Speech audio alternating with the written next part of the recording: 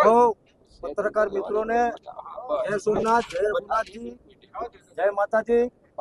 સૌ પ્રથમ તો આજના કાર્યક્રમનું આપણે જે કવરેજ કર્યું એ બદલ સર્વ સમાજ વતીથી અને ક્ષત્રિય સમાજના કાર્યકર તરીકે આપ સૌનો આભાર વ્યક્ત કરું છું।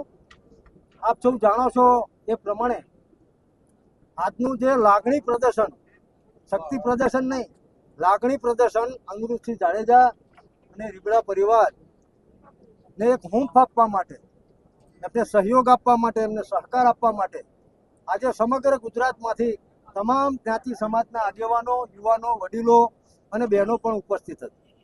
મુદ્દો એ છે કે નામદાર સુપ્રીમ કોર્ટ અને નામદાર હાઈકોર્ટે જે ચુકાદો આપ્યો છે, ભારતનું બંધારણ એ સર્વોપરી છે, એ ચુકાદાનું પણ અમે સન્માન કરીએ છીએ।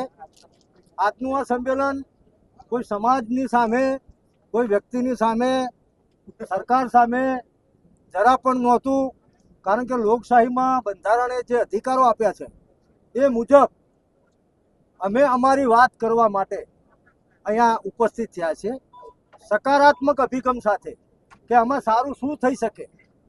એટલે અગાઉના વક્તાઓએ પણ બધી વાતને વણી લીધી છે।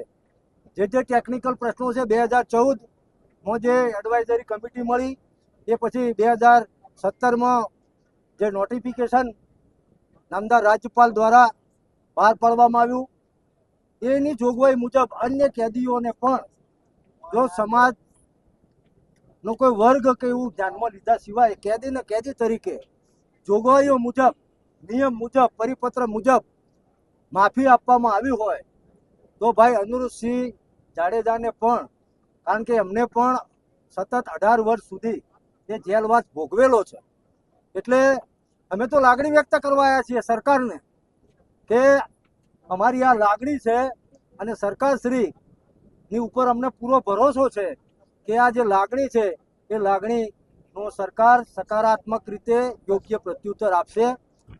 એના માટેનું આ આયોજન હતું।